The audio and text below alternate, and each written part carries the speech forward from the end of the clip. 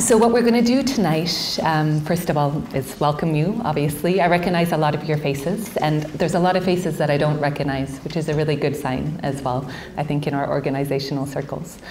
But this night, as mentioned, I think when you booked your tickets, was co-hosted by the Irish Refugee and Migrant Coalition and the MPhil in Race, Ethnicity and Conflict. So we thank them both for enormous support of the tour, the whirlwind tour that we've been doing with this team of amazing people over the last couple of days.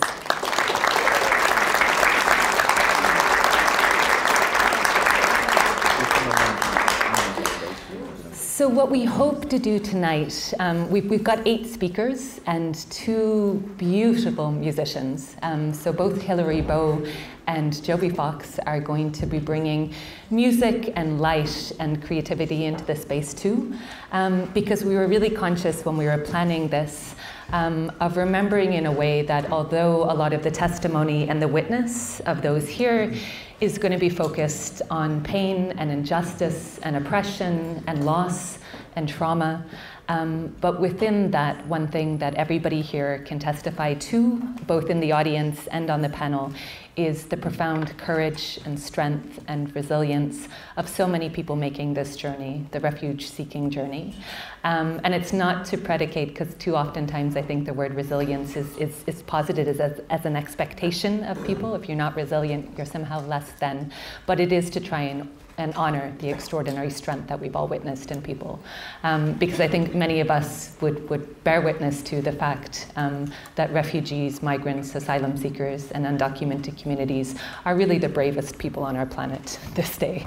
And what we're going to try and explore over the coming 2 hours are the testimonies of those assembled. We're going to start with the 4 who are present on this panel that represent MASI, Donna, Gerard and Annie, Open Arms, and Aoife, MSF. And then we're going to swap, and we're going to have 4 more speakers from Refugee Rescue, from Sea-Watch, and then Ismail speaking of lived experience of the journey across the Mediterranean and of navigating structures and systems that in many ways are designed to fail those who are trying to seek protection, safety, refuge, and lives of dignity and meaning within that as well. So we're going to do that. Then we have 2 songs, 2 beautiful songs to try and bring, just a different energy into the room as well in terms of creativity and community and solidarity and defiance. And in many ways, I think we've been talking about that over the last couple of days. Music is that, it's in the midst of pain, bearing witness to a resistance, to this injustice. And then we're going to open it up. If we have time, we had allocated half an hour. I'm not sure if it's going to be half an hour now, but hopefully to a more interactive discussion. Okay, so we're going to start on my left with Gerard Canals, who is going to speak on behalf of Open Arms. Gerard is a lifeguard. He's going to speak more about that, and the head of operation for Open Arms. And I personally met both Gerard and Annie in Lesbos many years ago when they were at the very inception in a very grassroots role of what has become a huge organization and a huge response that has so much grassroots backing around the world. So Gerard is going to speak, then Annie, and then we'll proceed from there. And thanks for staying. It's been quite a long wait. But, well, as Caoimhe said, I'm here representing Open Arms. And I'm one of the co-founders and the chief operations right now. But back in 2015, this organization didn't exist at all. And I was just a lifeguard. And my daily work was to take care of you and some of the other tourists that used to come to Spain. But I believe that you've seen during this summer of 2015 the tragic picture of Alan Kurdi, this little boy with a red t-shirt that drowned on one of the Turkish beaches.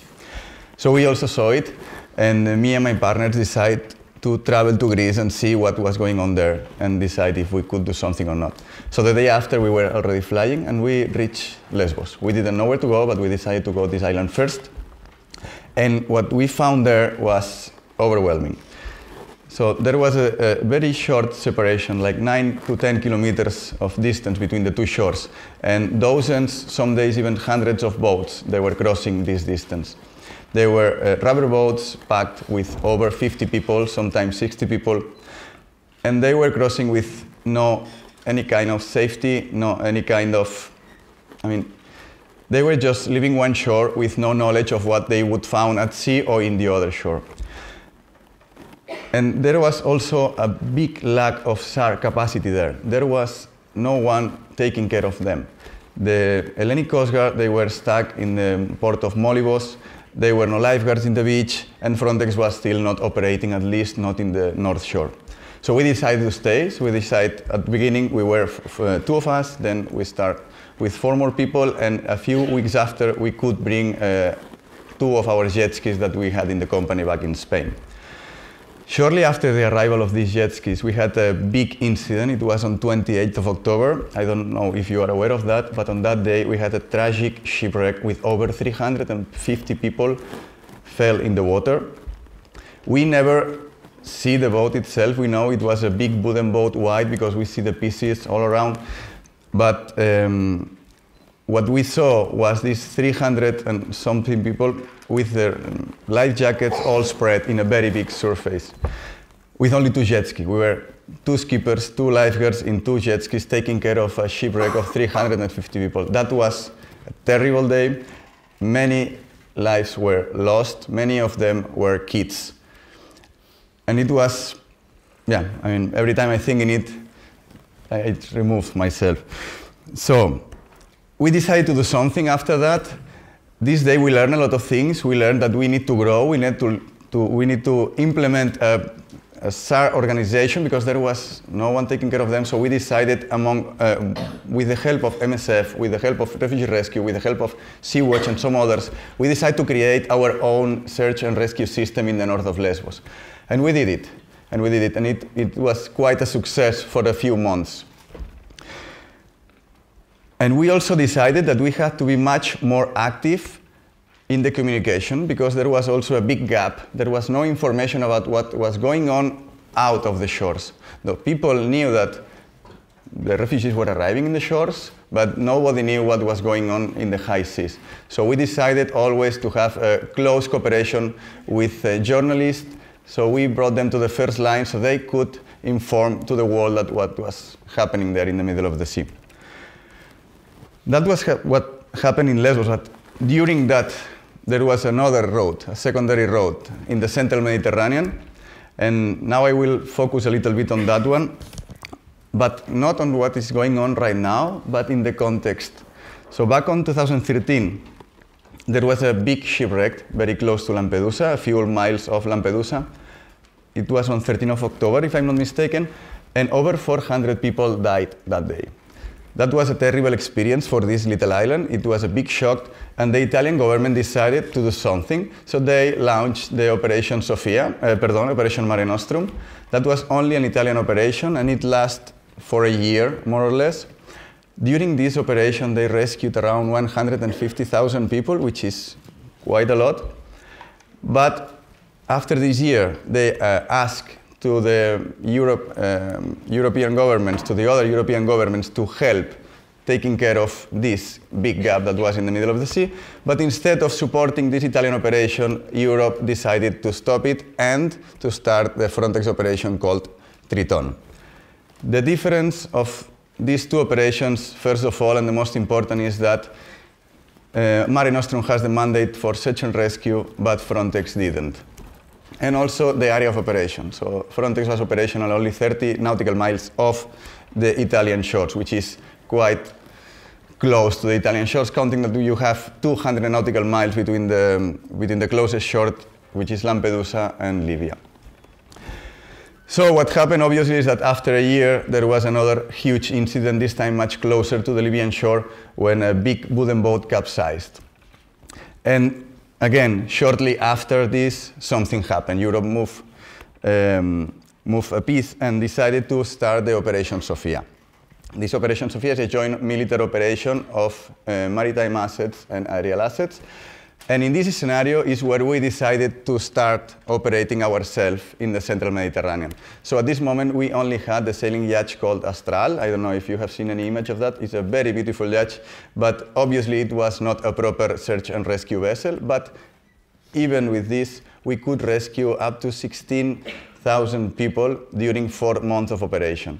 On that time, the coordination was quite easy because the Italian Coast Guard were taking care of all the coordination. This is something that right now is very difficult to find, but for the first 2 years, 2016 and 2017, we were all coordinated by the Italian Coast Guard.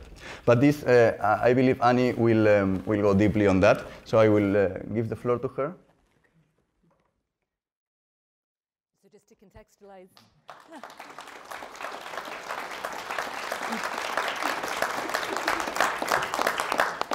So for a more formal introduction, Annie, or Annabelle Damontes, is a lifeguard, a RIP driver, head of missions for the missions, but also, and I've personally borne witness to this, but one of the calmest people I've ever met in times of crisis. And Annie also was head of mission during the recent standoff that was quite mediatized in August off the coast of Lampedusa, in which she headed a mission in which over 160 refuge seekers, women, men and children, were trapped in the state of static stasis while the Italian government refused to allow them to dock. So yeah, I oftentimes think of you as just the calm within the storm, and it's such an amazing quality. Thank you. So, hi everyone, thank you to be here also. Yeah, I continue where Gerard stops, which is the situation nowadays in the Central Mediterranean for us and also for any organization which is working there. So, sadly in March 2018, this coordination with the Italian Coast Guard was broken. Was exactly when this new government in that moment arrives. So it means that the NGOs have to work by ourselves. So it means that you have to look for something in 60,000 square kilometers. So as you can imagine, it's almost impossible to find someone. And we did it, but we find only a few ones. This is what happened when the authorities don't want to do what they should. What happened also, what is happening nowadays, the Operation Sophia, about what Gerard told before, it changed. At the beginning there were aerial assets, and maritime. But now the ships are off. So there are only ships where they are overflying us, overflying the boats, overflying all the sea, but they are not sharing any kind of communication. They see the boats on the sea, but they don't give us the information. It means that they are letting lives completely in danger, knowing that we are preparing to do the job. We have the infrastructure, we have the professional team, and we have all the skills to do it. But they prefer to don't share this information with us. And even not answering our calls, because we can call them and they are not answering our calls. Another example of the situation that we are facing is that the one rescue what was performing on the first week of October, in which Gerard was involved. We had the information, the official information, about an aerial asset from another NGO about a boat. When we contact the official, the Malta was in the search and rescue of Malta, of the responsibility, the answer was let them navigate because they can do it by itself. We are talking about almost we cannot call them boats, but we are talking about weak boats with people for maybe 12, 20, 30 hours during night, during day, with small kids. So the answer was let them navigate. Finally, we rescue them because it's an obligation. But what happened is that the same day there was another boat. And they did not share this information. This boat near Lampedusa capsized, was a shipwreck, and 22 people died. I don't know if you see the image, the footage that was shown, I mean, 2 or 2 weeks before, about a mother with his or her son or her daughter at the bottom of the sea. So is what is happening now. They prefer not to tell anything, even if they are people drowning. Taking the next step, I would like to talk about the criminalization, what is going on. I think there are two types of criminalization. One is against the NGOs, which means we can talk about, first of all, the public defamation, because we are NGOs, so we need the support of the people. If the people don't support us, we will go to disappear. So this is what they call the pull factor, which is easy to prove that is not true, because we are covering a need that was not covered before, and also because there are another routes in which there are no NGOs working and the people are still going on. So it's not a question about the organizations. Also about the, well, they are also called as like sea taxis, which honestly I will not say anything about it because it don't have any sense. And now also we are facing legal accusations. Personal accusations, there are a few people, there are a lot of people which is facing this kind of legal accusation, like by myself. I'm one of these people that we are accused to work about, I don't know how is exactly the name in English, but it's something like to work in favor of migrant clandestine migration. And no, it's not it's not the same like human trafficking, but I don't know. Well, it's something similar. That's okay. Also, they accuse me of being private violence against the Ministry of Interior of Italy, who I don't know what is, but well, this is the thing that they are doing. They are trying to get out the people in any way, and they are also seizing ships. At the port, we have been blocked for, no, we were blocked for 5 months in Spain and for 1 month in Italy, and finally they have to release because they cannot stop you forever, but meanwhile you are stopped, people are dying. So this is what they are trying, this is what they are doing.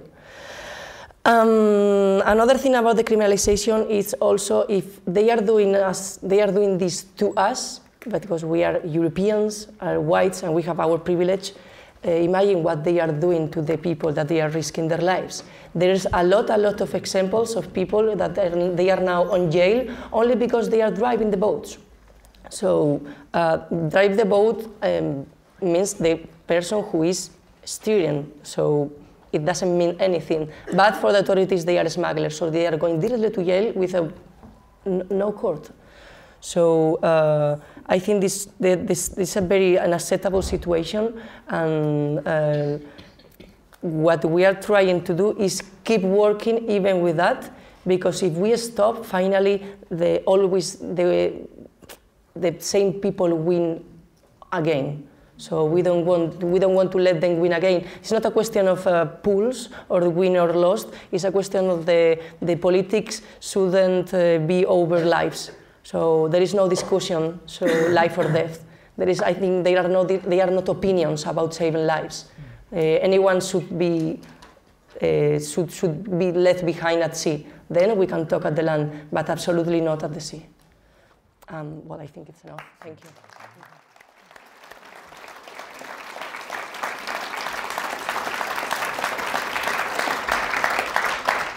So our next speaker is Aoife Nimurco, who's, yes, this is my bad Irish, but who is speaking on behalf of Médecins Sans Frontières.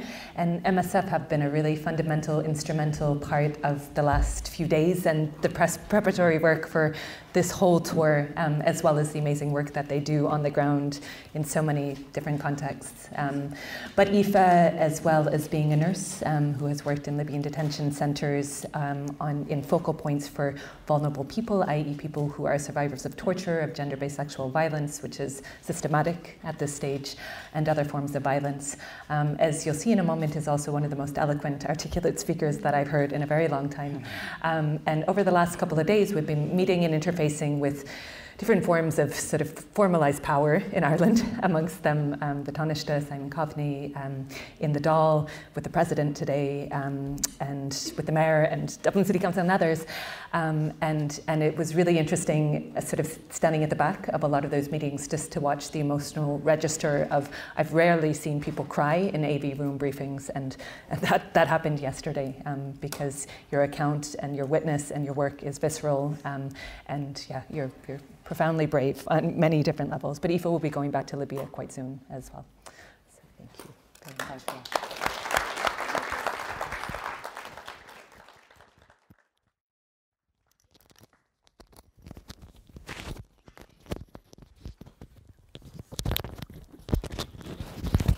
Thank you. Just following on my comrades there and their explanation of the tactics that are being employed by European governments at the moment, let there be no doubt in this theatre tonight as to the complicity of Europe in the intense suffering of refugees and migrants in Libya and at sea. And I'll try and relay that here this evening as well. In a rescue of 141 people in August of last year, I identified 60 people with additional vulnerabilities, victims of torture and survivors of sexual violence. And we simply didn't have the language skills on board to really efficiently consult with the remainder of the rescued people. A quarter of survivors of sexual violence, both male and female, were raped after they had been intercepted at sea by the Libyan coastguard and returned back into the abusive EU-funded detention system in Libya. 3 girls who were intercepted at sea ended up being sold and consequently raped. This was something that was regularly reported to me when I was working in the detention centres in Libya. After interceptions between the point of disembarkation in Tripoli and the entry point into the detention centres in Libya, some men and boys were reportedly sold into slavery, some women and girls into forced prostitution. In Tajura Detention Centre, where I worked for a while, you might know the name. It was the target of a fatal airstrike in July of this year, killing more than 60 innocent detained people. I first met with Eliza. She was an 18-year-old girl who had been intercepted at sea by the Libyan Coast Guard and returned back into the detention system. Eliza was being raped on a regular basis by the guards there, and I referred her to another organisation, IOM, and she was identified for voluntary repatriation to her home country. But the guards took her repatriation papers in order to extort money from her family in her home country, and she missed her repatriation date. The last time that I met with Eliza, she was still being raped on a regular basis by some guards and their friends.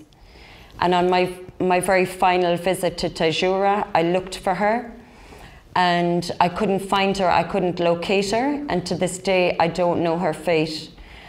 She could have been very easily sold into forced prostitution or sexual slavery, or she could be sleeping at the bottom of the Mediterranean Sea. Her story is not at all uncommon. It wasn't unusual to me at that time. I was really trying to follow up on several cases there. So it wasn't unusual to me. And very sadly, this is the reality for so many women and girls in Libya today that are in detention. At night time, the detained people would tell me that the guards would enter the cells and they would call for people to stand up from various countries. They would come in and call for a particular country, so Somalia, Syria, Cameroon, Cote d'Ivoire, Yemen. And the people never knew whether to stand up or not, because they didn't know if they were about to be sold into slavery or pushed out on a rubber boat to risk their lives at sea in the hope of being rescued and being brought to safety. So they were always completely torn. They didn't know what happened to people afterwards. And they really lived in a state of sheer terror. Sorry. On a daily basis, as I work there, and myself and the team, we witnessed this very vulnerable population being whipped, beaten, receiving electroshock with taser, which sends really intense signals through the person's nervous system, causing considerable pain and causing them to fall to the ground. And most of our wound care at that time in the mobile clinic was for severe burns caused by either prolonged contact by the taser or for torture methods such as plastic bags of rubbish being tied around the neck of the torture victim and been set on fire. In severely overcrowded cells with no natural daylight, no access to the outdoors, interrupted access to food and water, no running water, open defecation in some of the cells that had no latrines. They had no mattresses. They might have a few blankets between them. The winter is really cold in Tripoli. These people, they were controlled. There could be 600, 1,000 people in a cell. I could walk in and there are like so many haunted eyes looking at me. And I've actually never in all my years experienced this depth of despair in any place that I've worked. So the people there, they're existing. I can't say they're living. They're existing in a state of complete terror, and they're being controlled by subjugation, violence, and this terror. This is the system of containment in Libya that is supported, funded, and enforced by EU policies, by the taxpayers of Europe, by yourselves, and by myself. We're calling on Europe to reset all of its, Europe has to reset all of its cooperation with Libya on migration, to reset its focus on prioritising the safety, health and well-being of migrants and refugees in the country. And we're also calling on Europe to stop all political and material support that results in people being intercepted at sea and returned to the very place that they're fleeing for their lives. We're calling on Europe to stop all of that, and I'll talk a little bit at the end about how you can support us with that. Europe is supporting the system of returning people to Libya. You're talking about a country in active conflict with an appalling record of human rights. And this is Europe's idea of migration management. Unfortunately, the suffering is not only in Libya, it's at sea as well. And I'd just like to take a few minutes to talk you through One Day at Sea, to give you an idea of the different situations that we are faced with time and again at sea that you might not hear about in the media. I have another drop there, thanks.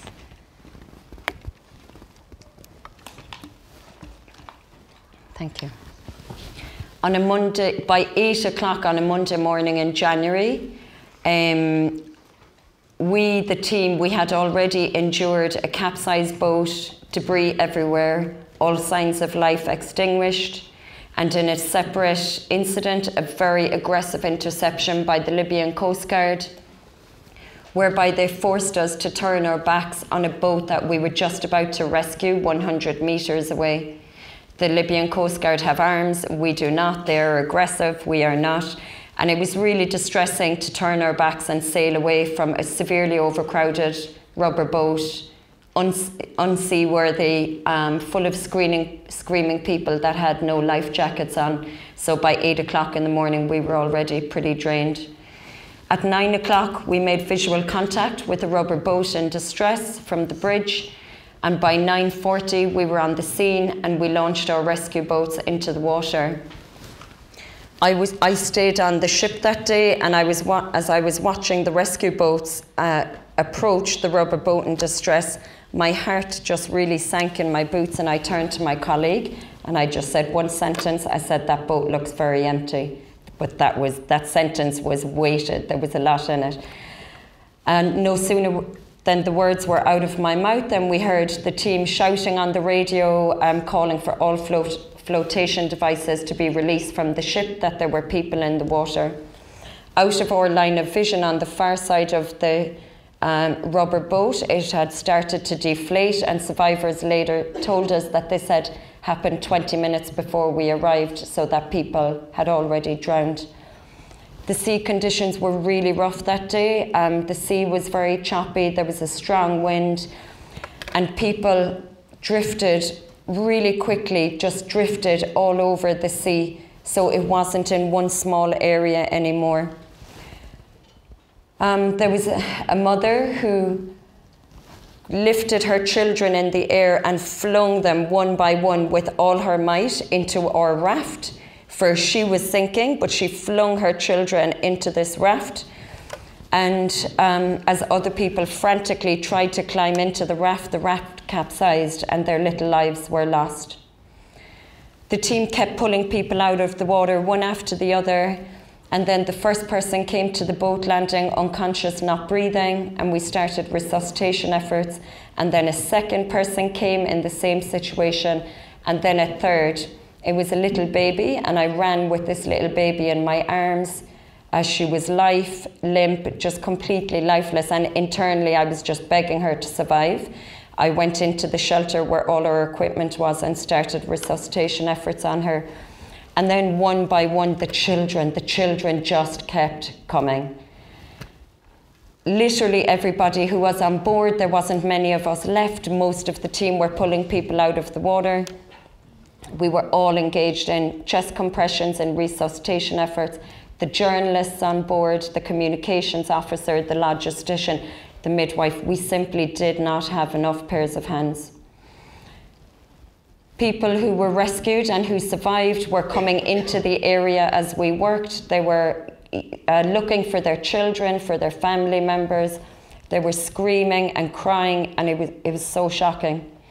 And we just had to keep going, literally working in a pool of vomit amidst the dead bodies. Sorry.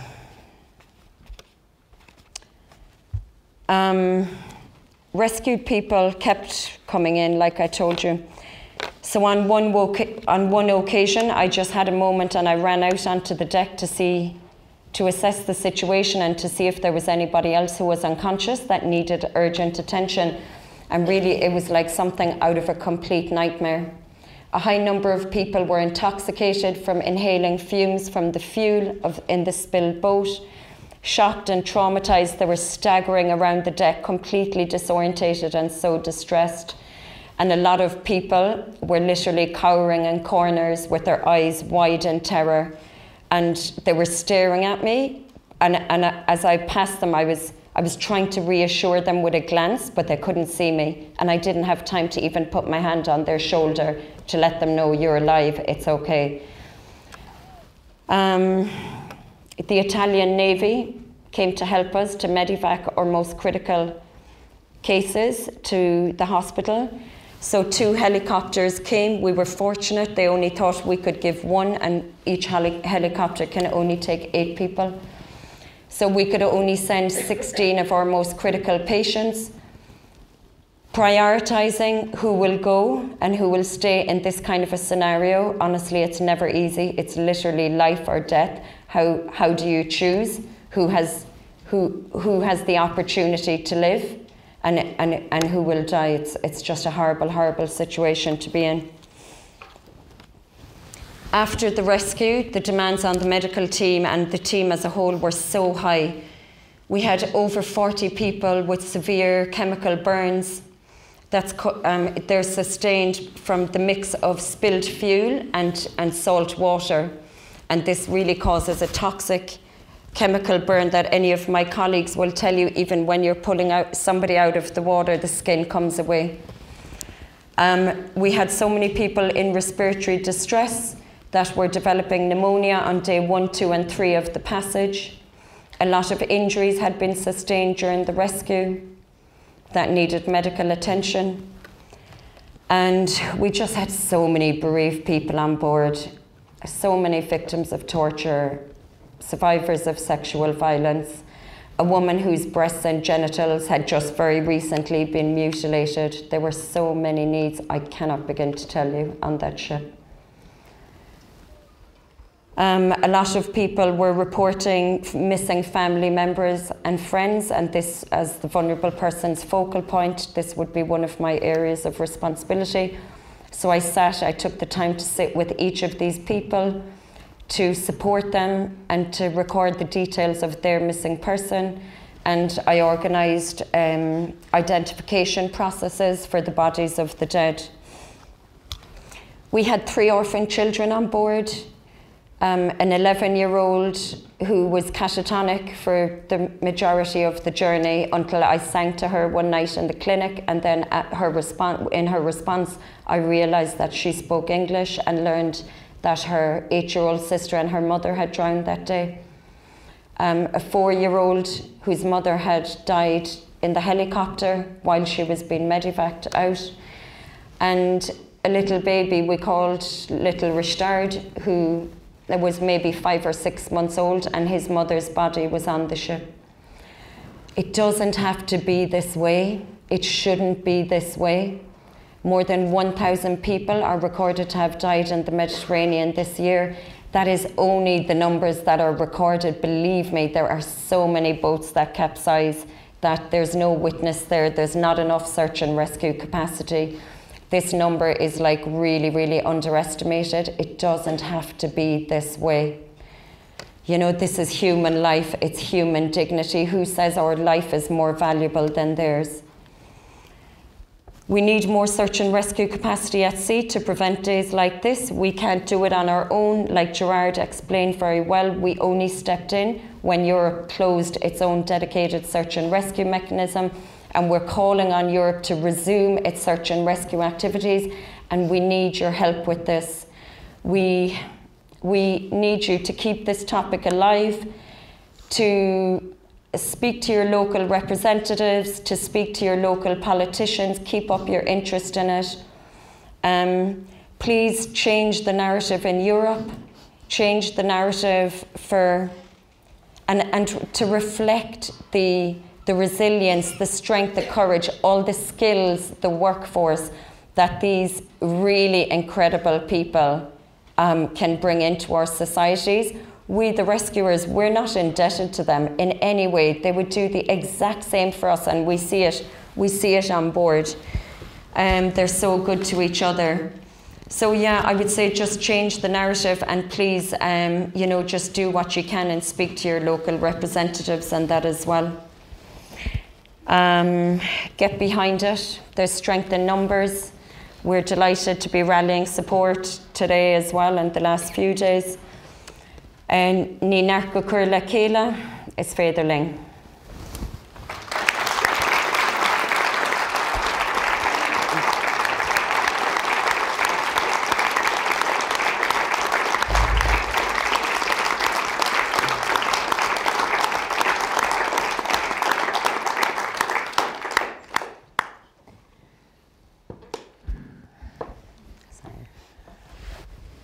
One of the most powerful things of the last couple of days, as well as that searing, visceral testimony, has been seen in the respect that these, and I hate using the word heroes because I think it exceptionalizes what we should all be doing, but profoundly brave rescuers on this panel and down there as well.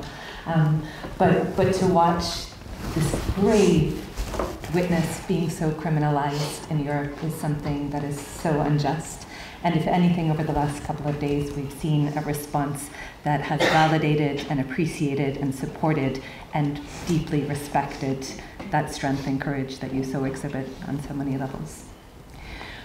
We're going to ask Arturo to speak now, and then Donna.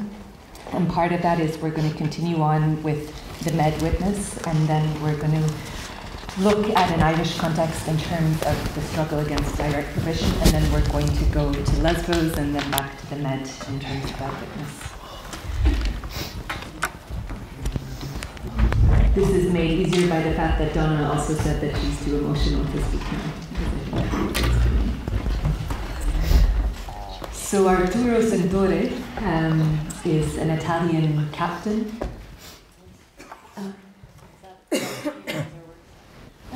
Maybe we can leave the light on. Yeah? Yeah, if that's okay, just because I think people will think about notes. Thank you. Including myself. Mine are only 2 sentences, so other people have. So, Arturo Santore is an Irish Italian captain, sea captain. We've adopted, yeah, totally. But who has worked on 3 missions for Sea-Watch. He is now under investigation for human smuggling. And one of, having listened to you over the last 2 days, one of the most striking things that Arturo has said in meeting after meeting has been, because Arturo used to work with the Italian Navy, so the work and the skill capacity that he had built through that work, when he started to do that in a civil society context, he was criminalized for it. So he was trained to rescue and to save lives, and when he started doing that as an act of solidarity in the midst of these criminalizing policies, he's now facing under a very long, disempowering process. Yeah, thanks everyone to be here. And not thanks for today, but thanks for you because I've learned about solidarity and equality here in Ireland. I'm living here since 2007 and I've started to volunteer after coming in Ireland. I didn't know this concept of helping my neighborhood, and I'm part of a local project too with the pole, so I'm trying to, and thanks to you for this. Sea-Watch, I give you a brief on Sea-Watch very shortly, maybe you know already. I won't go too much into the missions because it was very powerful and it will be, but it's similar situation, every mission is very, very similar.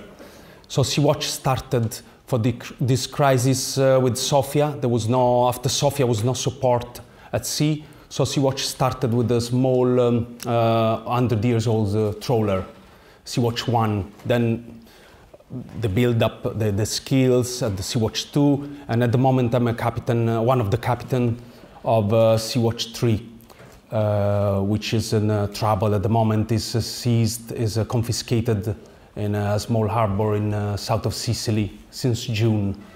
I'll speak about a little bit more my mission, my last mission, because since then I'm more ashore, doing some roles ashore because of the investigation. I respect the public prosecutor view, so I don't want to step into his investigation.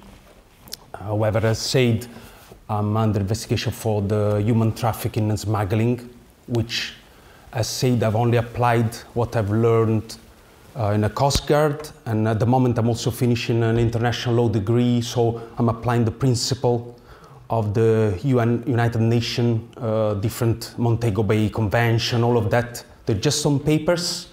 Then, from the law point of view, a state with an act, with a single act of a government, can wipe this out. So, in principle, this international law applies to everyone, maritime law, the conventions, and then in practice, people doing it are criminalized. So in my last mission, we rescued 65 souls from drowning. The weather was not bad, actually, at the beginning. Then it got worse. We had to wait. We tried to contact, because it's very technical, but we tried to contact them, the coordination center, which for Libyan area, the search and rescue area where we were, was Rome. They never answered. I cannot show you the emails, would be very, very powerful, because there is an investigation, but they just said, please do not contact us. It's not up to us to provide you with a part of safety. Same with Libya, because they claim in the media that we don't engage. I try to contact them. I try to contact the authority as provided, even on the books on board. We have legal books with all the contacts. No response. Malta said, please do not approach our waters. You're not welcome. So, to cut short, I had to force, we had a standoff. We had a standoff as described by other activists, similar situation. At the end, I had to force the entry against an act of state of Salvini. Then it was Prime Minister, Minister of Interior. So I forced the entry, facing persecution, etc. I knew it, but the situation was unbearable on board. Very similar to what has been described up to now. After negotiation, etc., They took me away from the ship. They didn't let me in the harbor. They arrested me.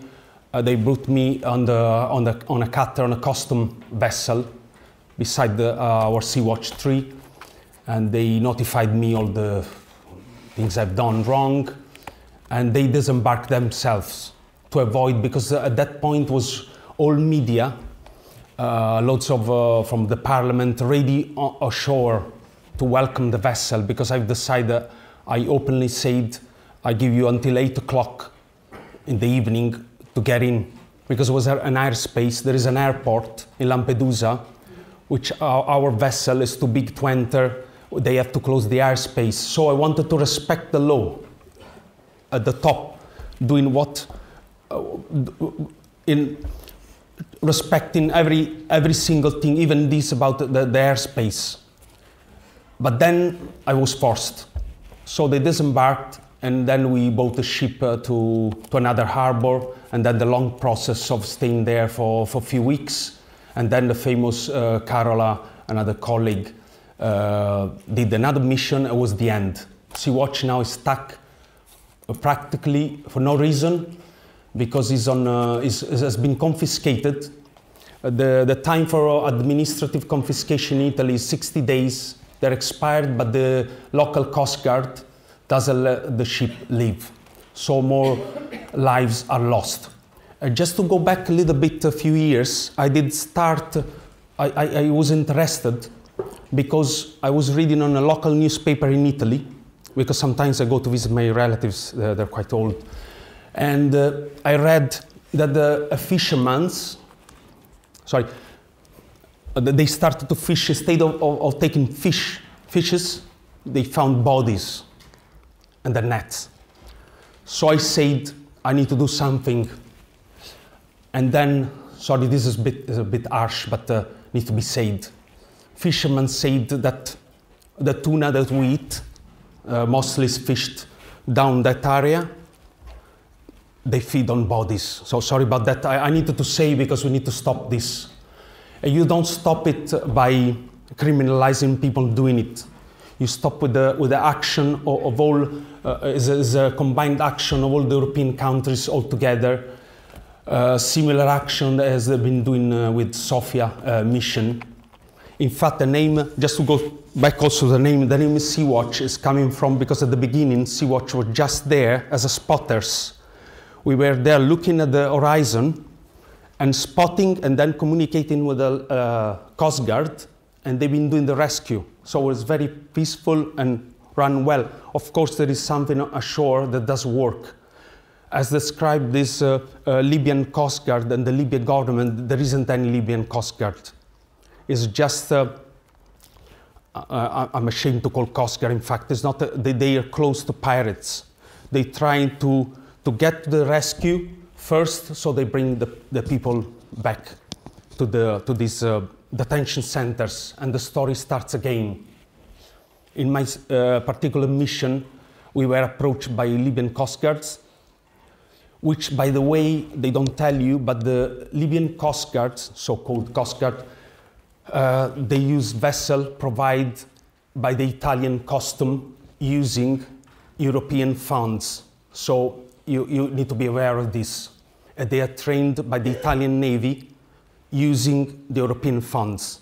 In Tripoli, there is a naval asset, Italian naval asset, trying to establish, because before they wanted to establish a government in Libya, and try, but now at the moment is just war.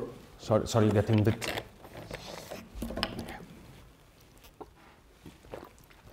So they always ask me, what's the role of the NGOs? Actually, I don't like to be there.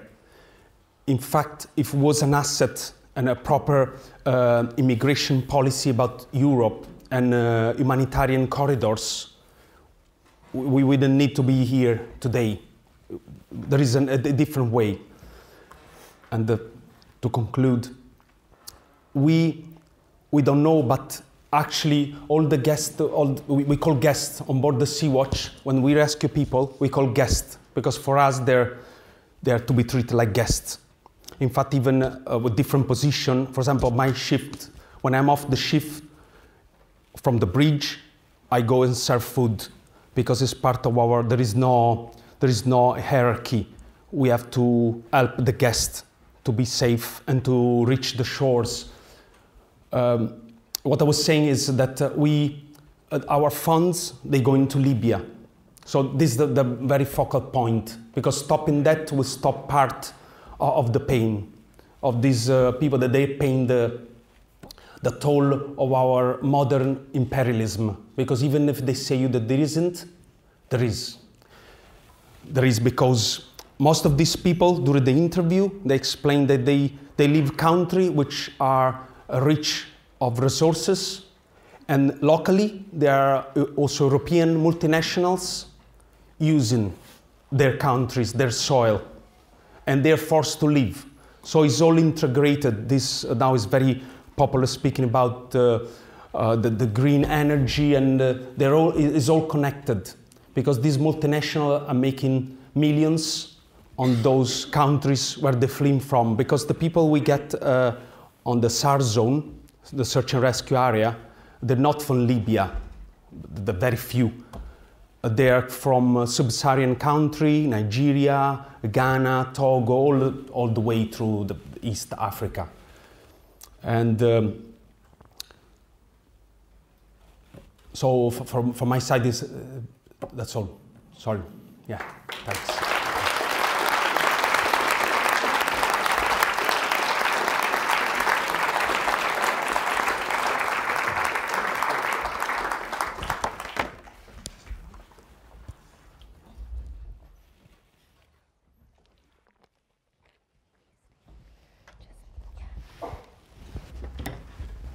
So we're going to swap some speakers now. Maybe outdoor space, and then Joby, Jamie, and Ismail. Yeah. Would it be okay? Maybe Don, if you come over here, if that's okay, I'll hook you up with a mic, and then maybe outdoor. Yeah. Maybe use there, and then we'll be back up with questions. Thank you so much.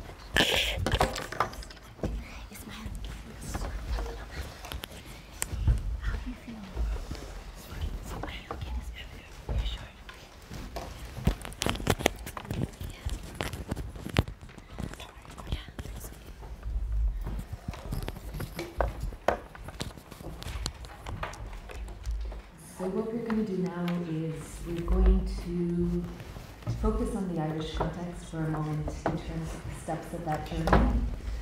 So post-rescue, if people make it, the injustice that they have to navigate in terms of the systems of diminishment and disempowerment that they face while navigating asylum systems. So we're going to, and I'll introduce Donna in a moment. Ismail, would you be okay with speaking after? Yeah. Okay. So Ismail is going to speak after Donna. And then we're going to go to Joby and Jamie, who are going to shift this lens from the Mediterranean. Now we're going to Ireland, then we're going to go back to the Med, and then we're going to go to the Aegean Sea and talk about the specificities of that response and that rescue, which is also a very much grassroots response in the absence of state action.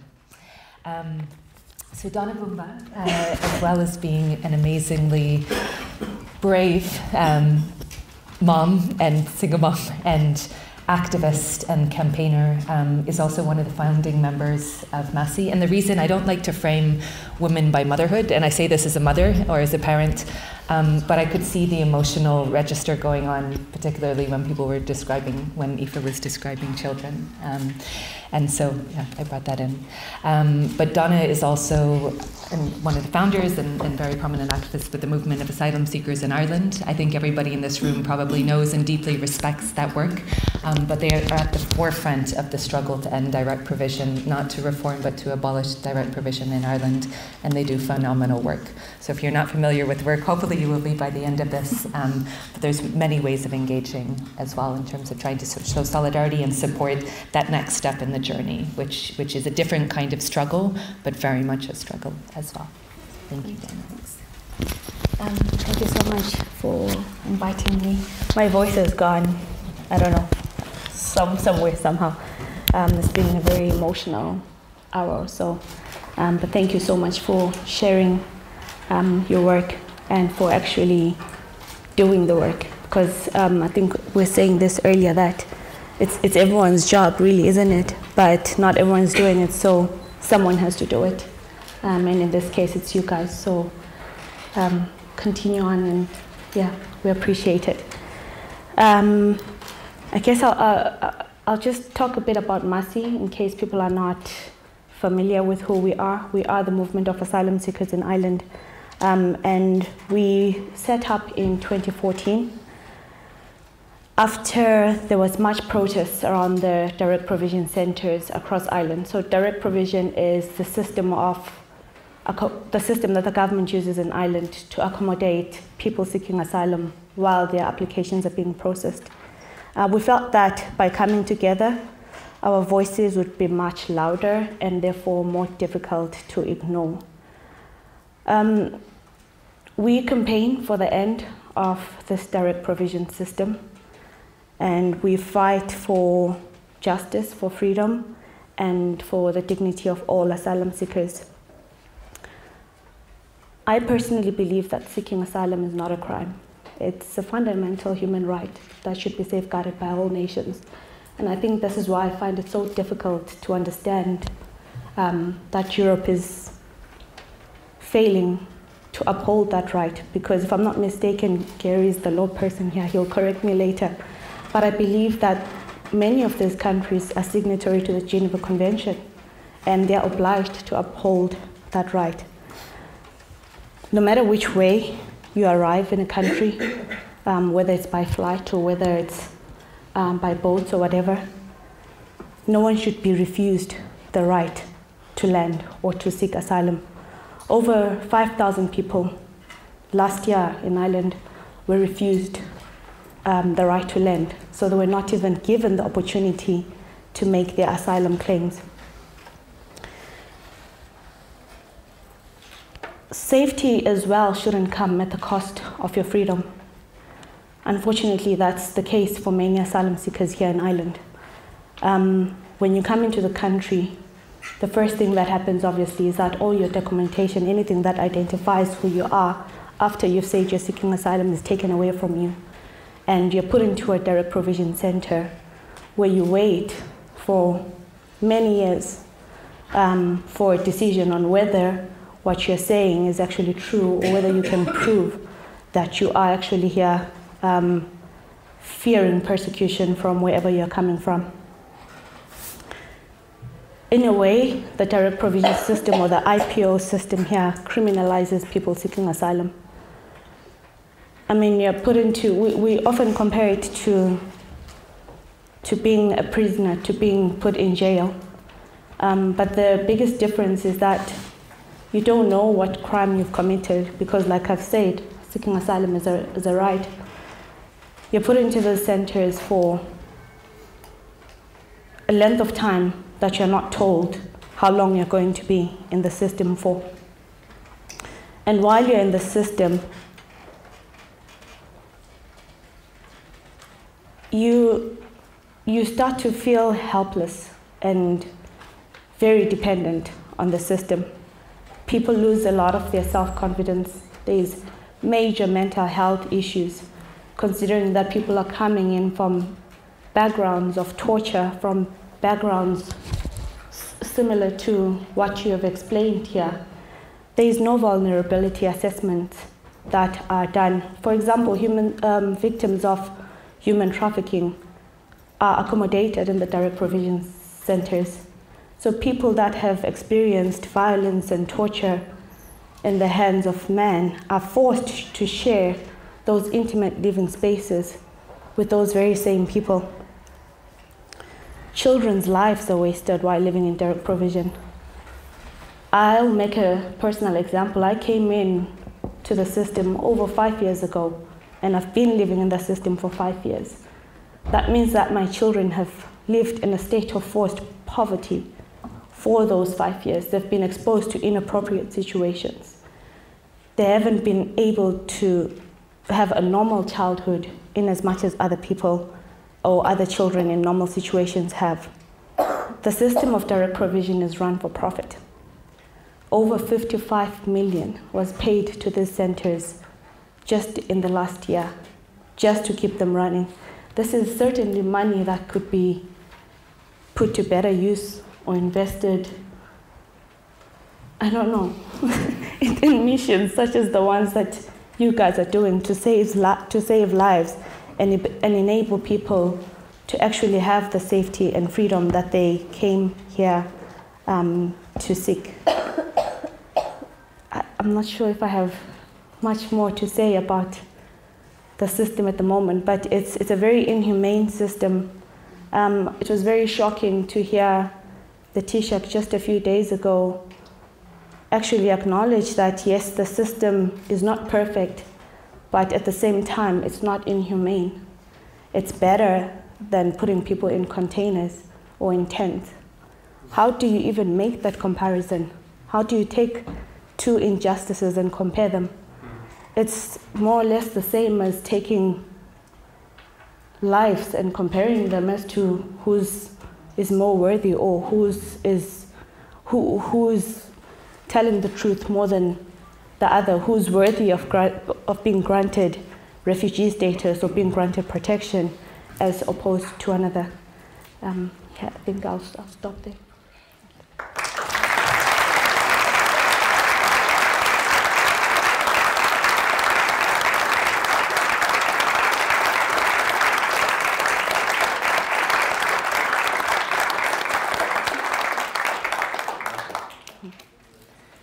Thank you, Donna. Our next speaker is Ismail Ahmed.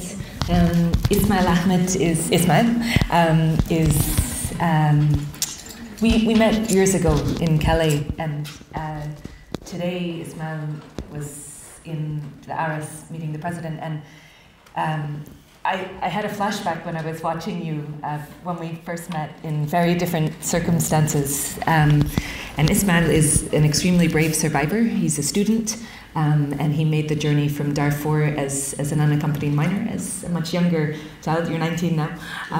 But yeah, with an immense amount of tenacity and survival, and he navigated the crossing across the Mediterranean, but also many borders in Europe, and a lot of injustice and very ill treatment along the way.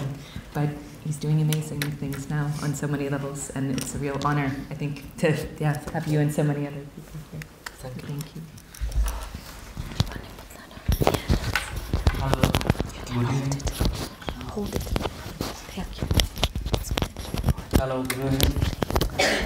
I'm so glad to be with you today.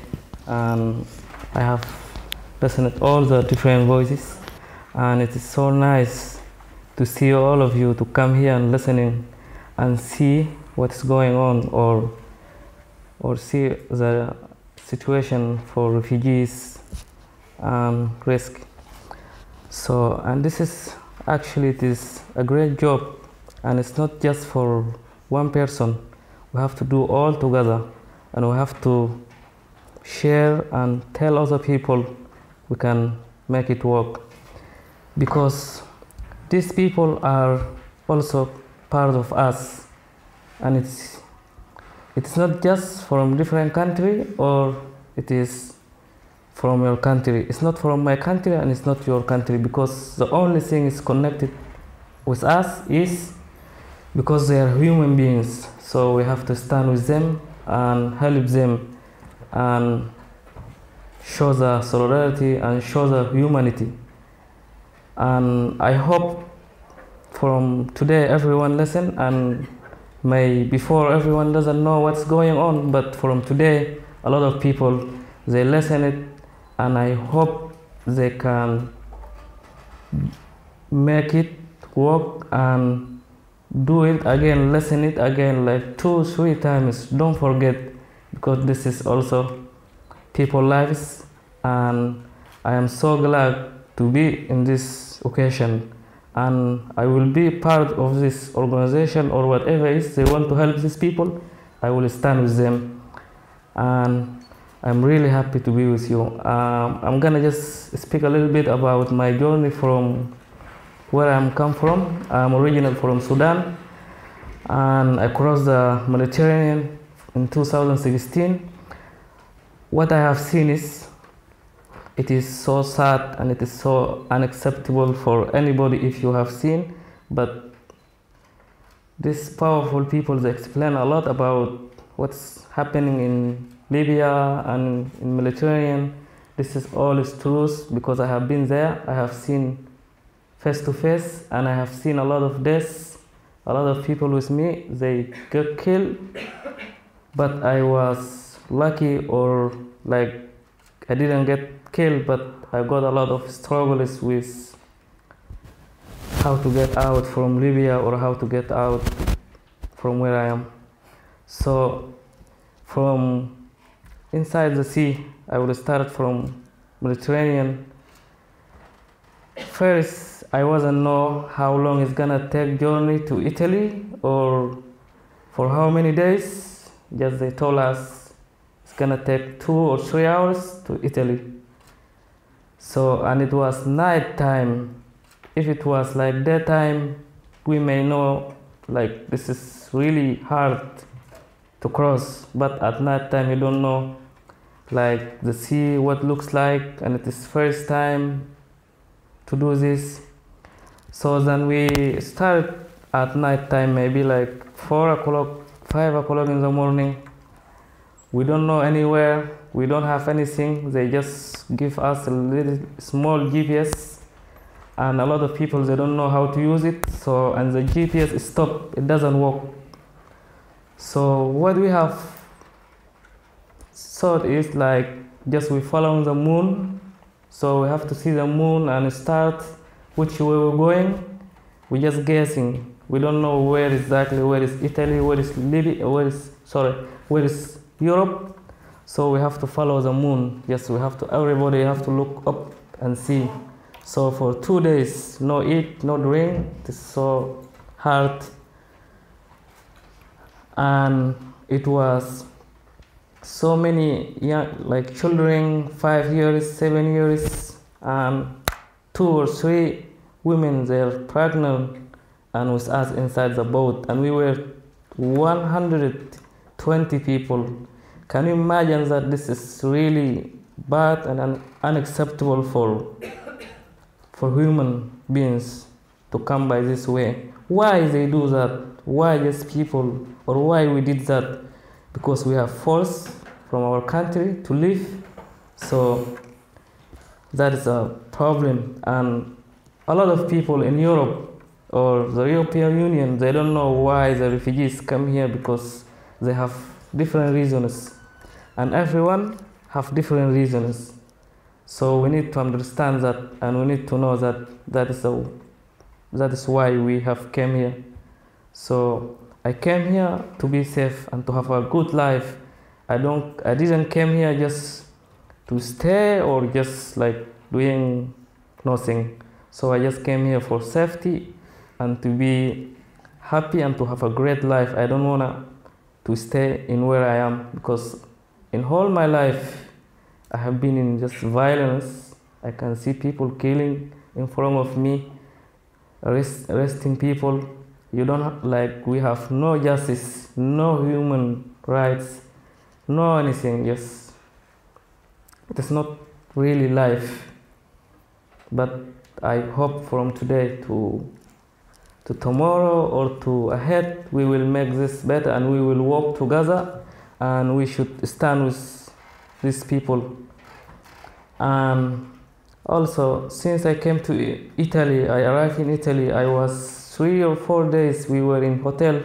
So we got forced from hotel. The hotel came to say, I need money.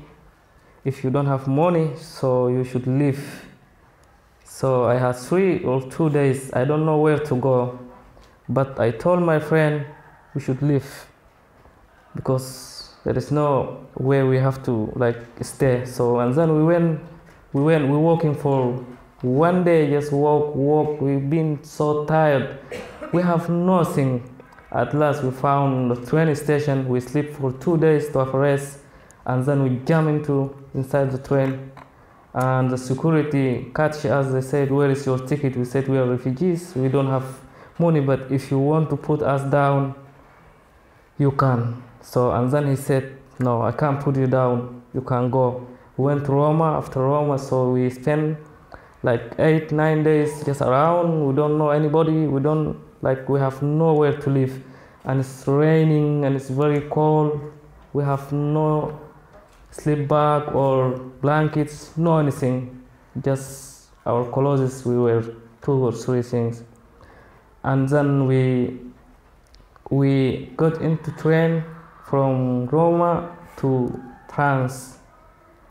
And nobody asked us inside the train until we arrived in France. And then we land we arrive in the Paris and we get off the train, and the police first, he catch us. They say, where are you going and where did you come from, you know.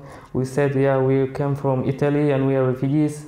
And then they said, okay, you can go that way, you know, like there is other also, you know. And then they showed where is the place called Port El Ashabel. Is a lot of people, a lot of refugees, maybe at that time 3,000 or 2,000 and a half.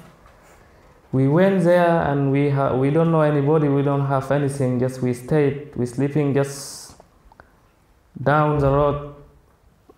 The car is passing through for 2 months, so we didn't get any house, we didn't get anything. So, and then we hear there is a camp called Calais, which is North France.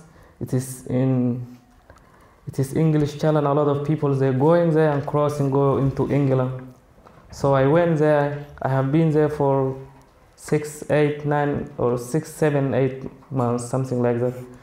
And I tried 3 or 4 times on the lorry under the truck to get into England, but I didn't get any chance. And because I saw 3 people die under the truck, and then I stopped trying. I just sitting in the camp and hoping for good to change these things. And then I met Caoimhe. I don't know how much I'm gonna sing or I'm gonna explain about her, but she's showing me a lot of solidarity and humanity. I asked her for help and she did. And until I came in Ireland in 2017, since now 2 years, I came here and I got good life and I'm safe and I'm happy. But the one thing I don't want is, I don't want the other people to be like me I was before. I don't want anybody to try that way, because it's not the way that it gives you life. So we have to stand with these people, to risk them, or to help them to stop, and also to show the Europe to help their country or to do anything just to stop people traveling with the sea, or even they travel, they can rescue them, because there is no point people dying inside the sea, even it's not my family or your family, it's just human. And thank you very much for your welcome here today, and I really appreciate for everyone, and thank you very much.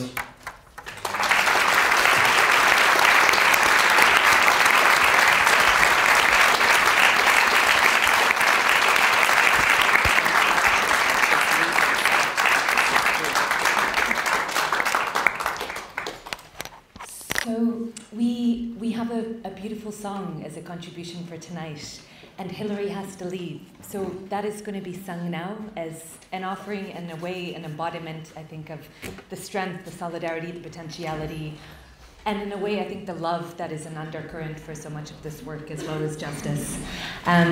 So Hilary's going to sing, and then we're going to shift the lens to the Aegean Sea, where Joby and Jamie are going to bear witness, and then perhaps Joby could sing at the end of that as well.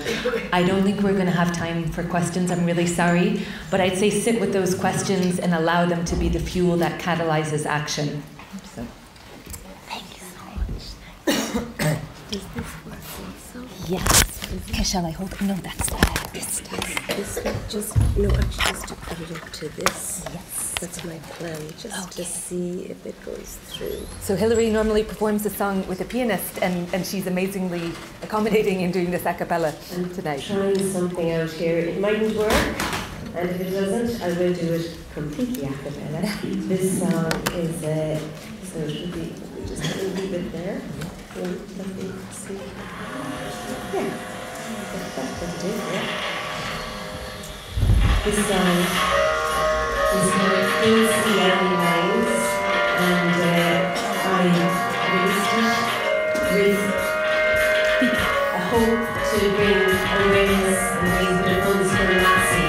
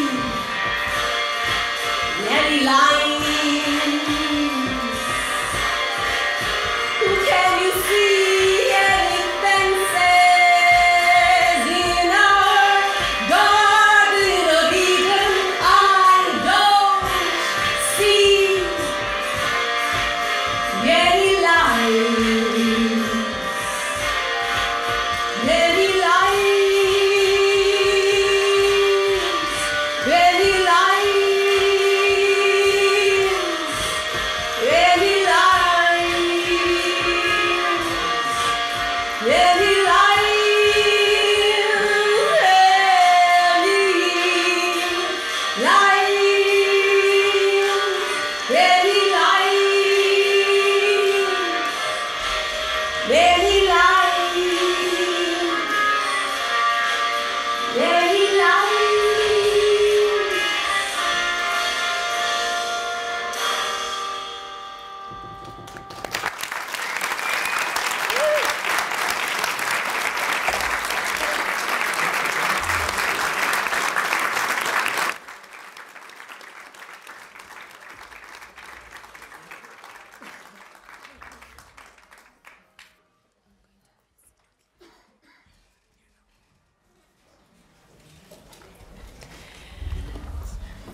That beautiful song was a very good segue into our next speaker, who amongst being the co-founder of Refugee Rescue is and deeply involved in search and rescue work, and is now running the only asset that is still operative in the Aegean Sea. Joby, as well as being a humanitarian and an activist, is also a beautiful musician, and we've had the total pleasure over the last couple of days of his music accompanying this whirlwind tour, of the piano in the mayor's office today, the guitar at home, and it's been a real pleasure. So Joby has a beautiful song that he wrote in the aftermath of his work and witness initially in Lesbos that he's going to sing for us at the end.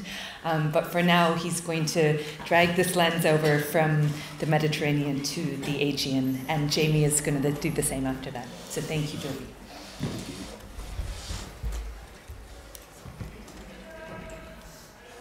What the fuck? What the fuck? I don't know what I'm not feeling. When I looked on TV and seen a young Turkish boy coming up on the beach, you know, his body. I'm sure Iranians remember that. And I decided I had to go down to Lesbos and just shovel shit if I had to. And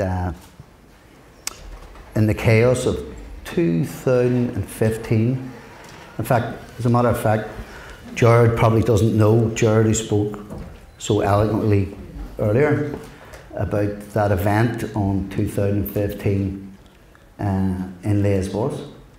I happened to be on Mollyboss port. Of course, Gerard was out in the sea, dealing with the really heavy stuff. I was there on the port when they were coming in at night, and that was another what the fuck moment. And there was plenty of them, let me tell you. And but that cycle of anger, despair, and action, because that's what, as human beings, we can get into this cycle. We get angry. That's why I don't give a fuck about saying what the fuck. And I'm going to keep saying what the fuck. I don't care if it's not too eloquent. You know, it's been tough the last couple of days, sitting, you know, having to observe the protocols. Because that ain't fucking me, man. That's not who I am.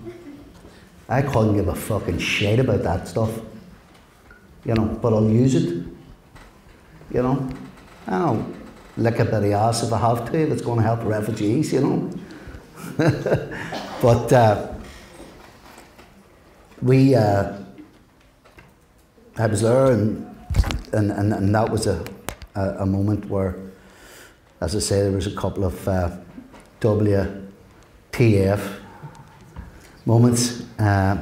So out of that emerged a few people who came together, and we could see Jared and his crew doing some great work, and we decided obviously there needed to be more too, so we got, the short story is we got a rib, got us a team down there, and we named the boat Mokara, because everybody would say my friend, when you're out there.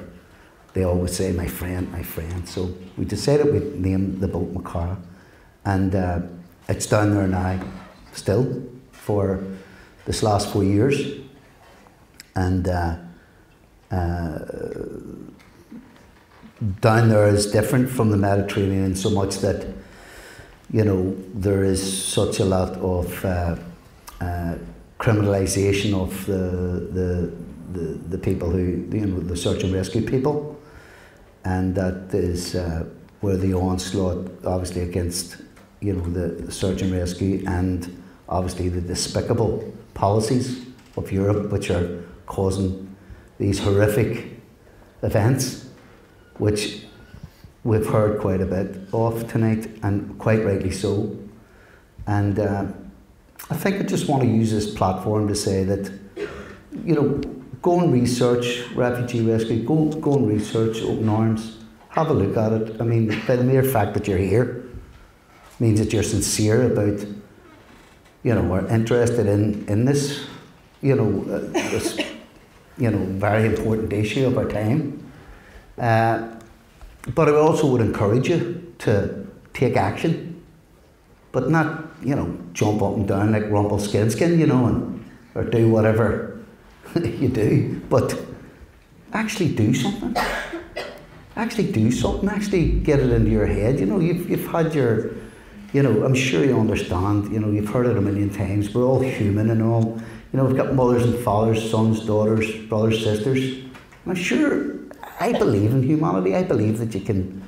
You're feeling that. Of course, you're feeling it. But how's about putting maybe that feeling into something? You know, and you know, you're here in this great educational facility. You know, they'll educate you about everything, but you know, we need to get educated to the fact that we, corny as it sounds, we're all connected.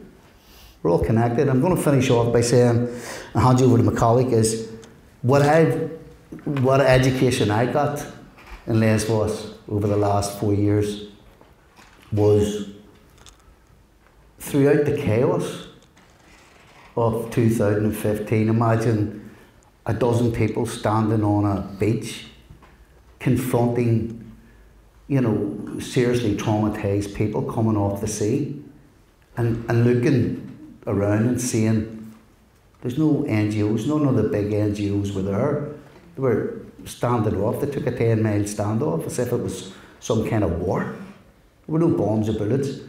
But what I noticed about that was there was almost like a telepathic thing was going on. People were just falling into line, doing what they could to make things happen for each other. It's almost like a dormant sense. It's like and that I think what I've learned, with education I got out of all of this, my humanity, the belief in my humanity, the belief to follow that feeling that you have in your gut. You know, because there was doubt when I was going down there. I was like, what the fuck am I doing here? Another what the fuck. Someone counting? Oh, good. But truly it sums it up. You know, WTF moments. What am I doing here? And then I realised what I was doing. And there was other civilians from all over the world just coming down to see what they can do. And I really, if you're in the audience, there's someone thinking, what could I do? What could I do? You know, there's plenty you can do. You know, and believe in that, trust that feeling inside you, and take action. Thanks.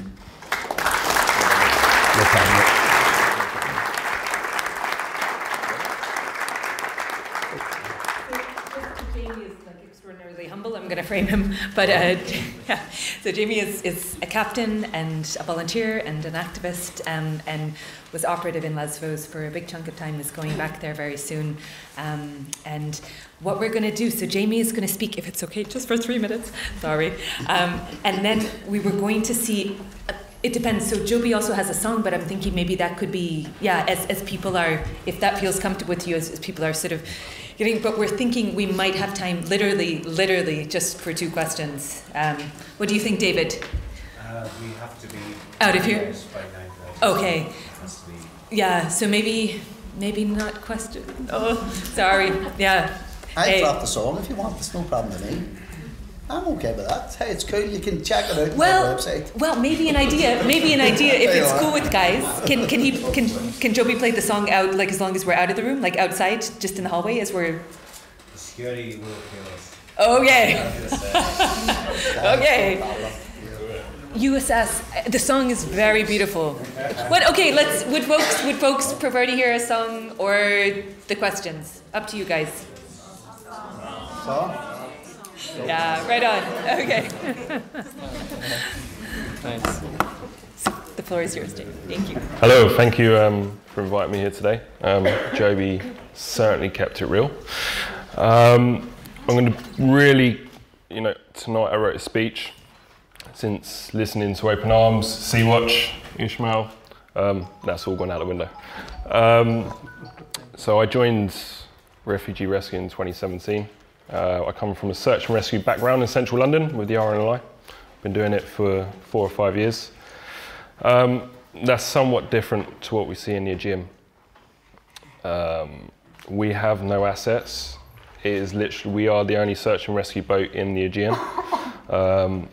We cover 20 miles to the east and 20 miles to the west. Our team consists of literally 4 crew, including myself. And it's diabolical. I can give you an example. I got an operational report at 7 o'clock this morning from an operation last night, where we was handed over 60 people by authorities, somewhat an official vessel. 3 of them jumped into the water straight away, took them straight to land. Then they've come back out to receive another 30, and we've just been handed an unconscious female. The officials don't know what to do with them. They're not trained. And this is where it goes back to, we are the only search and rescue asset out there. What can I say? Guys, if you look to your left, and the people to the left of you and the people to the right of you, you're all gonna go home to bed tonight, sleep safely, as where there will be boats traveling the Med and across the Aegean Sea. And it's sad to say that, possibly some of them won't survive. And, they're fleeing war and persecution, and all they want is a better life. So what I would say is, I want to try and cut it really short, is, check out Open Arms and Sea-Watch and Refugee Rescue, because what you guys do day in, day out to help people the likes of Ishmael, is just unbelievable. Keep going, and we need your support, from just talking about it, to donating, to raising awareness, not just here in Ireland, but around the UK and around Europe as well. That's it, thank you very much.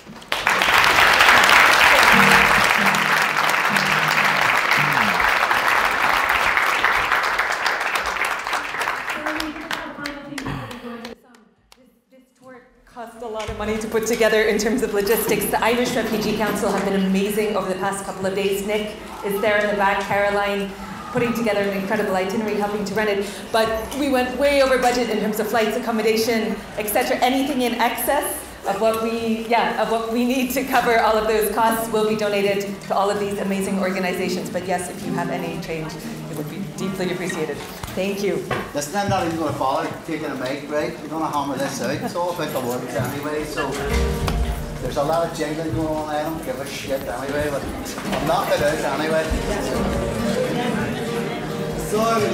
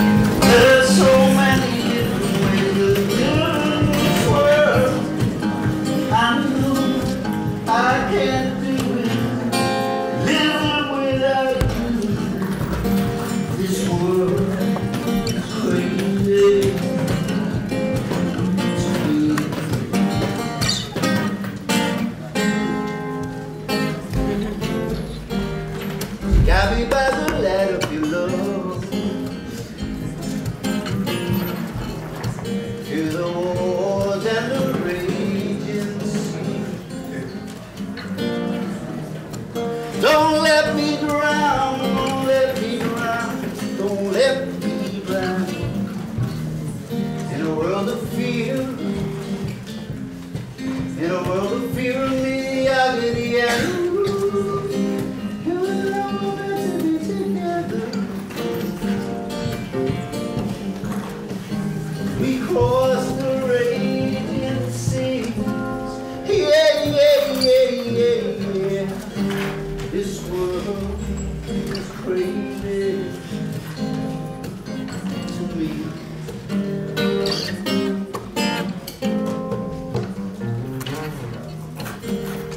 Hold my hand and we shall live in the sunshine on the shore. Don't look back, don't look back. No, don't look back. 'Cause we're the lovers. Oh, we're the lovers from the war. And you and I were meant to be together. We crossed the raging sea. Yeah, yeah, yeah, yeah, yeah. This world is crazy.